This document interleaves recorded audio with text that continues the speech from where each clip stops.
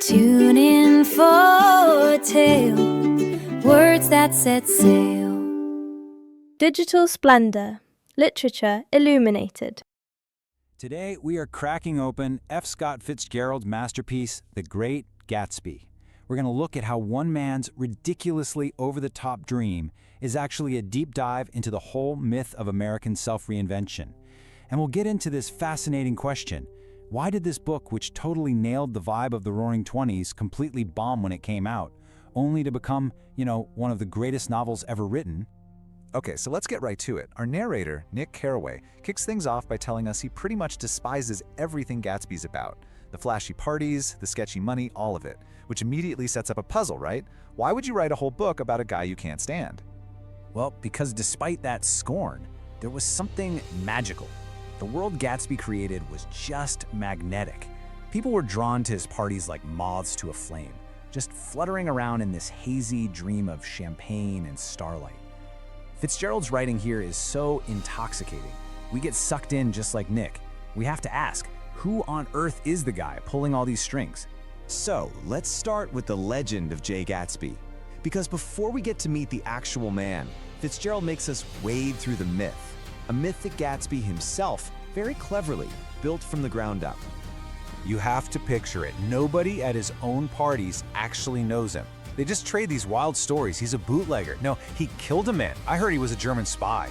The rumors are insane, and they're all over the place. And all this whispering, it's his real introduction. It makes him seem larger than life before he's even said a word. And then you finally meet him, and that smile, wow, it's like a superpower. For just a second, it makes you feel like you're the only person in the room. It's this incredible piece of charisma that seems to say, yeah, all those crazy rumors, they might just be true. It makes you believe in the promise of Gatsby. But here's where it gets really interesting. This entire spectacular show, the mansion, the parties, that smile, it was all for a single, secret purpose. And it all comes down to one tiny point of light across the water. Before we even properly meet the guy, we see him alone, in the dark, reaching for something that nobody else can even see. This green light becomes the single most important symbol in the book. It's his North Star, the thing he's completely obsessed with. So, what is it? Well, it's his dream, made real. But Gatsby's version of the American dream isn't just about making a ton of money to build a great future. No, it's way more radical than that, and frankly, impossible. He believes he can use all that cash to literally hit rewind on his own life and erase the past. And here's the jaw-dropper. The mansion, the wild parties, the whole Great Gatsby persona. It was all an incredibly elaborate stage, set up for an audience of one. All of it, just so he could live directly across the water from Daisy Buchanan, the woman he'd lost 5 years before. So when they finally do reunite, it seems like the dream is about to come true. He's showing Daisy his mansion, and in this really famous, kind of bizarre moment, he just starts throwing all his expensive shirts on the bed. And what does Daisy do? She doesn't cry because she's so happy to see him. She cries over the shirts.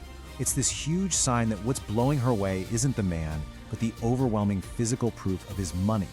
And this right here gets to the absolute core of the tragedy. The dream was always going to fail. Not because of Daisy, really, but because Gatsby's idea of Daisy had been building up in his head for 5 solid years. It had grown into something so huge and perfect that no real person could ever live up to it. The illusion had become more real to him than she was.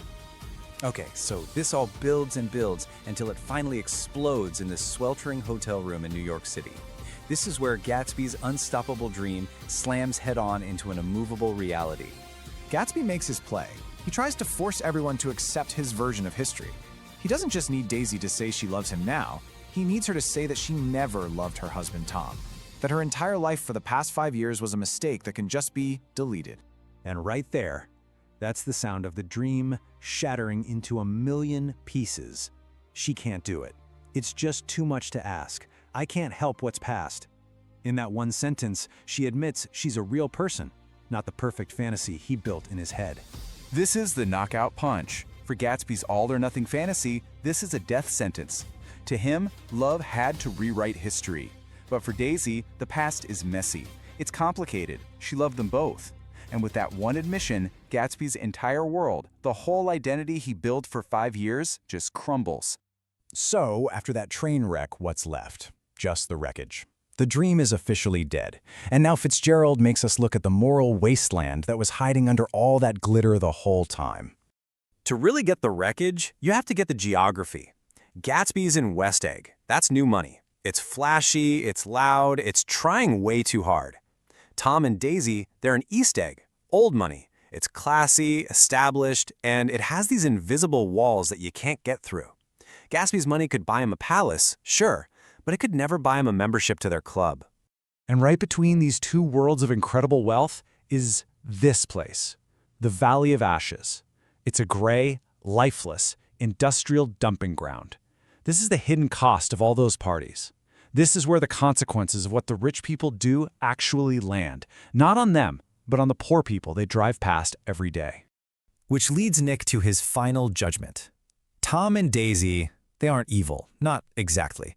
There's something much worse. They're just careless. They break things, they break people, and then they just disappear back into their money, letting someone else clean up the mess. Their wealth makes them totally untouchable. And I mean, this slide says it all, doesn't it? Hundreds of people came to Gatsby's parties. They drank his booze, gawked at his house, and spread rumors about him. But his funeral? Almost nobody. It's the most brutal proof there is. The man at the center of the biggest crowd was completely and utterly alone. But here's why this book is a true masterpiece. Fitzgerald doesn't just end with a sad story about one guy. He ends with one of the most famous lines in all of literature, an image that turns Gatsby's failure into something deeply human. This is the ultimate, heartbreaking irony. Gatsby was so fixated on the future, on that green light just ahead, that he never realized the very thing he was chasing, that perfect memory of the past, was already behind him. It was gone, lost forever. And this is where Fitzgerald points the finger right at all of us. Because we all have a green light, right? That perfect future that always seems just out of reach. And when we don't get it, we don't give up. We just tell ourselves, okay, tomorrow I'll run faster, I'll try harder, we're sure we'll get there eventually. But Fitzgerald leaves us with this final haunting idea. What if we're not really moving forward at all? What if all our effort, all our struggling toward the future is just us in a little boat, rowing as hard as we can against a current that is always pulling us back into the past? It's a devastating thought, and it's why, 100 years later, this story still hits so hard.